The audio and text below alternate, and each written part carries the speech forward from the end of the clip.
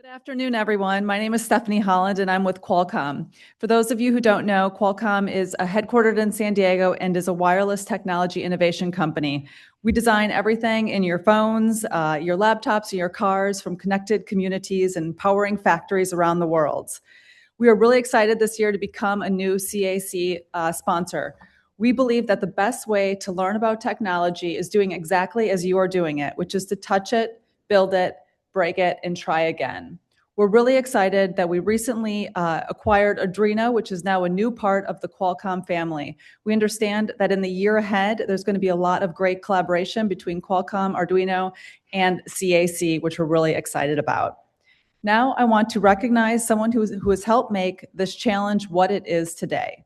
Congressman Zach Nunn represents Iowa's 3rd Congressional District and previously served as co-chair of the Congressional App Challenge.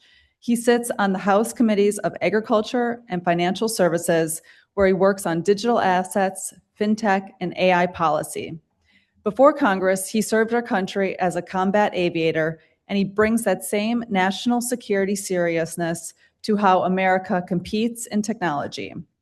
Throughout his career, he has been one of the strongest advocates in Congress for STEM education, workforce development, and giving students real hands-on opportunities to learn.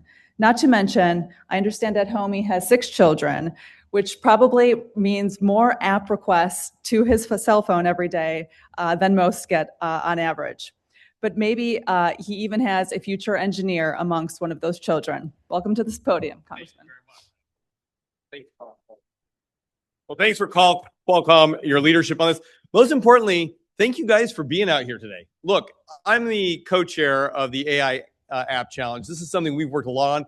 There are over 15,000 young people across the United States who participate in this. More importantly, 400 of you are here in DC this week championing the fact that you are making AI-related apps, many of you for the first time ever coding. And I think it's important that we highlight this year that the winning teams integrated artificial intelligence in new and really incredible ways from even where we were last year. I also want to give a shout out to the number of parents in the room. When you look up at that upper balcony, the men and women who made this possible are sitting down below, but those who have enabled them are sitting up above. So to all the parents who've been part of this team, thank you very much for your voice and your leadership on this.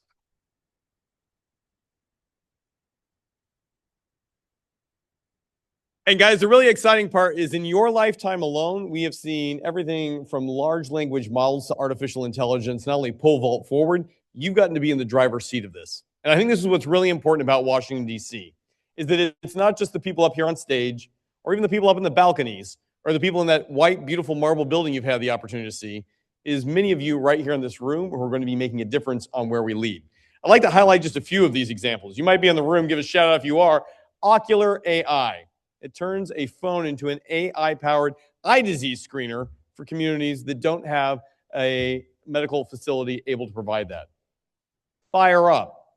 It also uses artificial intelligence to classify wounds from a camera or photo and deliver guidance on how best to help yourself. Deep View CXR. It lets med students and doctors compare AI heat maps on a chest x-ray ahead of time. Billion. Sounds very lucrative going forward here. Uses AI to analyze complex government documents to summarize them so regular people actually understand what's happening. And I'll be the first to say, I'd love for my team and my staff to be able to have that as well, because I think we could save billions of dollars in the process. And from a small town in the middle of America, Des Moines, Iowa, there's a young man here, Joseph, who has been leading the charge at Roosevelt High School on an app called Hero AI. A great way to be able to compile stories from World War II, Korean, Vietnam, and military service members to help remember what actually happened on those front lines and how it impacts and catalogs it right here at home for the next generation of warriors, not only to be safe, but to showcase the great and truly heroic measures being taken by so many. Now, guys, as you march forward this week, I want to make sure that we are highlighting not only what you've done on the coding side, but on the experiences you've had. You have the opportunity here to leverage not only your trade craft, but to be a voice, an expert, and a practitioner of what the future of apps and AI specifically can do to provide a source for American innovation, American security, and candidly, one of the best things we can do is to showcase how America can be a leader for good in the world. Your apps all reflect you, your hard work, but also what we can do as a country. So as we march forward on this, please be a spreader of the word when you get back home, how the next generation of folks right behind you can also be part of this AI Congressional App Challenge. Guys, thanks very much for what you do. Congratulations to each one of you. And as you go home, remember, we all get here because of the hard work of those who went before us. So give a shout out to the team in the upper balcony. Moms and dads, thanks for what you do.